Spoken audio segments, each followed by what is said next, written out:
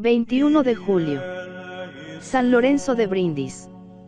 Predicador y doctor de la Iglesia. Año 1619. El santo nació en Brindis, cerca del lugar en que la bota italiana llevaría la espuela contra el Balcán turco. Era en julio de 1559. 3 semanas después, el viejo Papa Paulo IV, duro campeón de la Reforma Católica, moría en Roma. El populacho mostraba su alegría por verse libre de su firme puño, y echó abajo la estatua del pontífice. El recién nacido heredaría en cierto modo el celo del reformador difunto, pero sabría ser más caritativo y más flexible. Había nacido de noble familia. Recibió en el bautismo el nombre de Julio César. Se cuenta que a los 6 años predicó en la catedral y que el auditorio quedó transportado de admiración.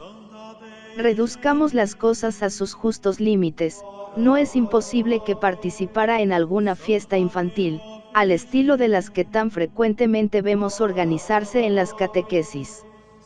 Y nada tendría de raro que el despierto muchacho, puesto en una ocasión tal, encantara a su auditorio por el despejo y la soltura con que trataba de las verdades religiosas. Muerto su padre, César entra en los franciscanos conventuales, y queda allí hasta la edad de 14 años. Pero ya hemos dicho cuál es el emplazamiento de Brindis. Los turcos amenazaban con su poder creciente la pequeña ciudad y César, con su madre, se refugia en Venecia, donde un tío suyo cuidará tiernamente de su formación. El adolescente no había olvidado el ideal franciscano.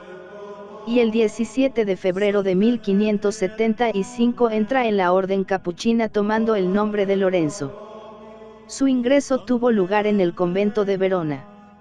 Novicio modesto y grave, penitente hasta el extremo, cayó enfermo y hubo que retrasar su profesión. Por fin, el 24 de marzo, víspera de la Anunciación, pudo hacerla. El futuro doctor de la Iglesia recibió en la orden capuchina una formación verdaderamente excepcional. Enviado a estudiar a Padua, conoció a fondo la Sagrada Escritura, y así, durante su vida, hemos de verle muchas veces discutir directamente sobre el texto hebreo con los herejes y los judíos. Tuvo un conocimiento de idiomas poco corriente, pues hablaba el francés, el alemán, el griego, el siríaco y el hebreo. Su formación teológica era tal que, no siendo aún sacerdote, predicó 2 cuaresmas en Venecia, ciudad nada fácil para un predicador bisoño.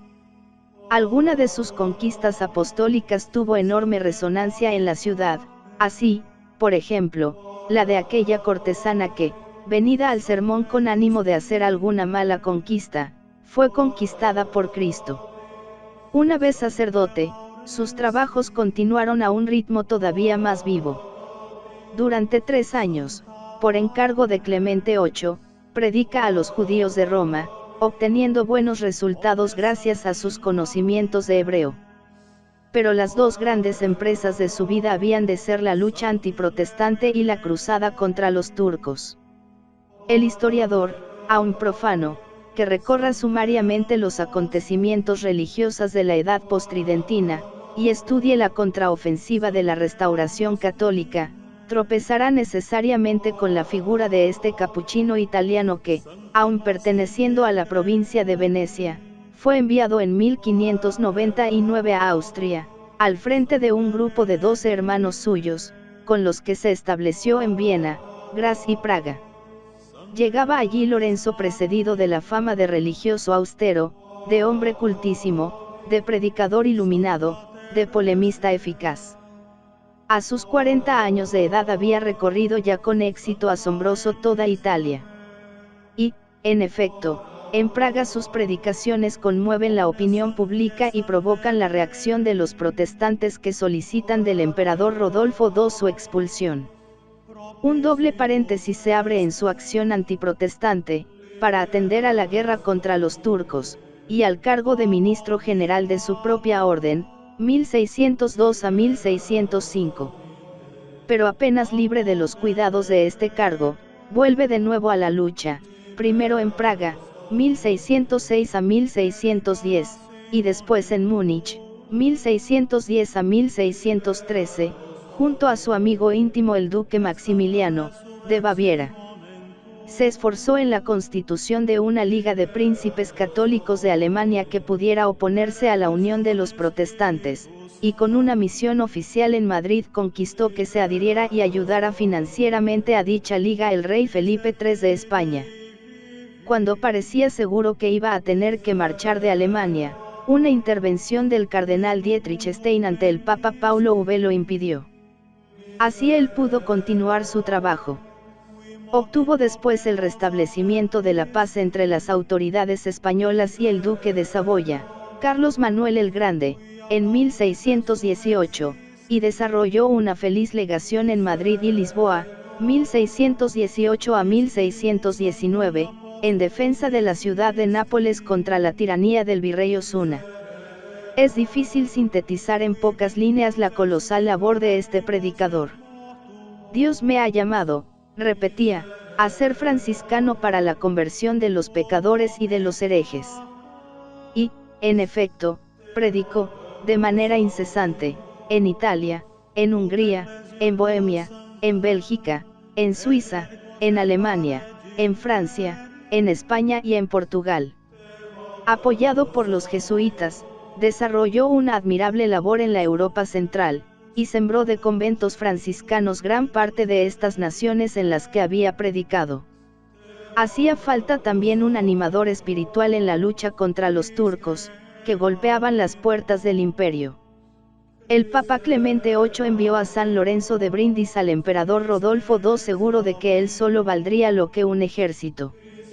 Y, en efecto, San Lorenzo fue el brazo derecho del príncipe Felipe Manuel de Lorena, que consiguió el año 1601 una victoria resonante sobre el Islam en Stügii-Weissenburg, Alba Real, contra la masa de cerca de 80.000 turcos, capitaneados por Mohamed III, que se aprestaba a invadir la Estiria y amenazaba conquistar Austria, invadiendo desde allí Italia y Europa entera. San Lorenzo nos escribió una preciosa crónica de la campaña y, aunque ocultase en parte sus rasgos de valor, capitanes y soldados le aclamaron como el principal autor de la batalla. No cabe la menor duda de que también San Lorenzo pudo ejercitar, en aquel cosmopolita ejército, su conocimiento de idiomas. Lo que es cierto es que resultó un admirable capellán militar, que a la hora de la victoria únicamente se lamentaba de no haber podido lograr con aquella ocasión el mérito del martirio. Recientemente, en marzo de 1959, Su Santidad el Papa elevó a San Lorenzo de Brindis a la dignidad de doctor de la Iglesia Universal, después de haber escuchado el parecer de la Sagrada Congregación de Ritos. Es el tercero de los franciscanos que recibe este honor, después del doctor seráfico, San Buenaventura, y del doctor evangélico, San Antonio de Padua. A San Lorenzo de Brindis podría cuadrar bien el título de doctor apostólico. Independientemente de su admirable predicación por toda Europa, nos dejó San Lorenzo una multitud de obras editadas desde 1926 a 1956 en una espléndida colección de 15 volúmenes, que nada deja que desear ni en cuanto al aparato científico ni en cuanto a la magnífica presentación tipográfica. Allí encontramos más de 800 sermones, que ocupan 11 de los 15 volúmenes, Meriel, cuadragesimales, Adviento, domingos del año, Santoral, etc. Se ha señalado que estos 11 volúmenes constituyen un admirable ejemplo de lo que modernamente se ha llamado teología querigmática, y que esta manera de exponer las verdades eternas le sitúa en la línea de clásica actividad pastoral de los santos padres y de los grandes doctores obispos. En especial, destaca su admirable Mariología, de una claridad de conceptos verdaderamente extraordinaria. Encontramos también en su obra literaria reflejada la actividad que desarrolló en pro de la conversión de los judíos.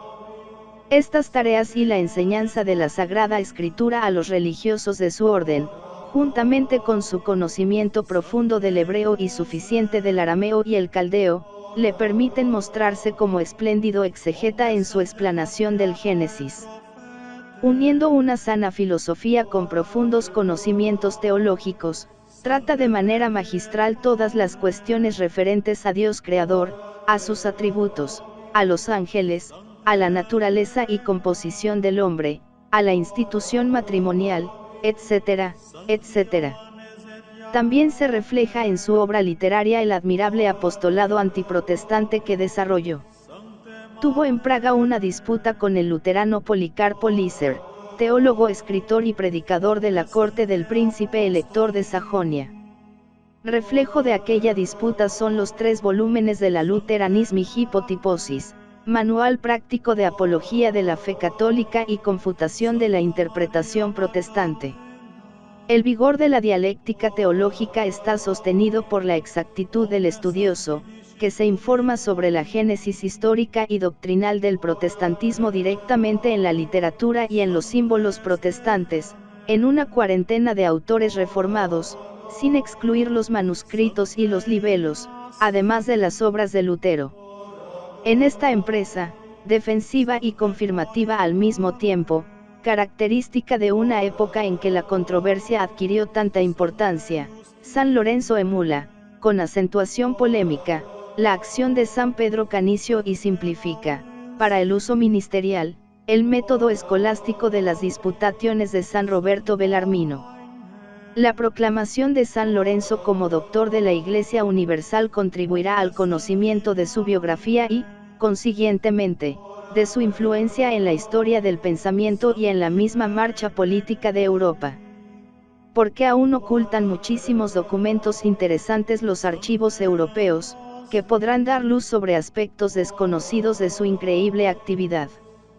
En medio de tareas tan extraordinarias, acogido en todas partes como un santo, habiendo obtenido ciertos éxitos extraordinarios en su acción diplomática, se mantuvo siempre, aunque rodeado de ovaciones, sencillo y afable, revestido de una humildad típicamente franciscana. Rechazaba los honores con la mayor naturalidad. Permaneció siempre fiel a su costumbre de dormir sobre tablas, de levantarse durante la noche para salmodiar, de ayunar con frecuencia a pan y verdura, de disciplinarse cruelmente y, sobre todo, de meditar con asiduidad los sufrimientos de Cristo.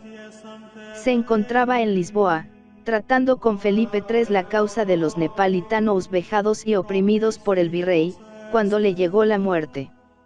Era el 22 de julio de 1619. Su cuerpo fue llevado al convento de monjas franciscanas de Villafranca del Bierzo, en Galicia. Fue beatificado por Pío V en 1783 y canonizado por León XIII en 1881. Según hemos dicho, su santidad el Papa Juan XXIII, el 19 de marzo de 1959, le otorga el título de doctor de la Iglesia por el breve Sollicitudo ex humilitate.